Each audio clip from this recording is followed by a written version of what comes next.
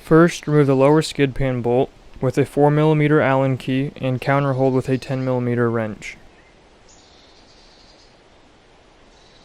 Next, remove the upper skid pan bolt. Do the same on both sides. Remove the gearbox cover. Both bolts use a 4mm Allen key.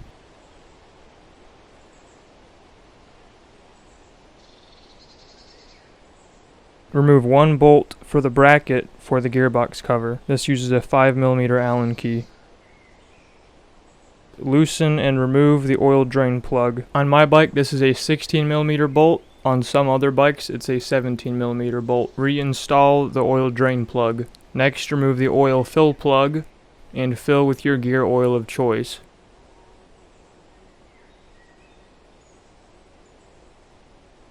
Reinstall the oil fill plug, turn on your bike, and take it for a quick ride. It's best to get it up to full speed to thoroughly mix the new oil with the old oil still in the gearbox. Now we repeat, draining the gearbox and filling it again. This is called flushing and helps remove the residual amount of old oil and debris left inside of the gearbox. I flush my gearbox twice, but doing it once is usually just fine. Before I put everything together for the last time, I clean the mating surface of the oil drain flange as well as the oil drain bolt and washer.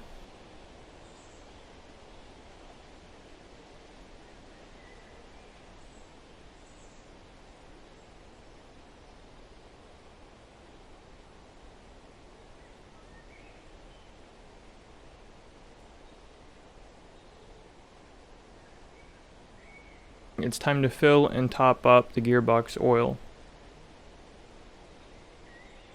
When topping off the gearbox, it can appear as if it's full of oil even when it's not. It's important to continue slowly adding oil until it begins to just barely drip out.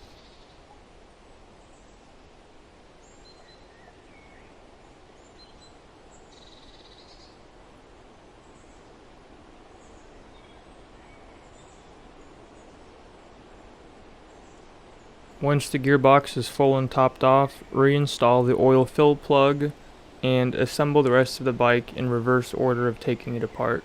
From left to right, 800 mile oil, first flush and second flush. Top to bottom, 800 mile oil, first flush, second flush. And that's how easy it is to do a proper oil change and flush on your Talaria.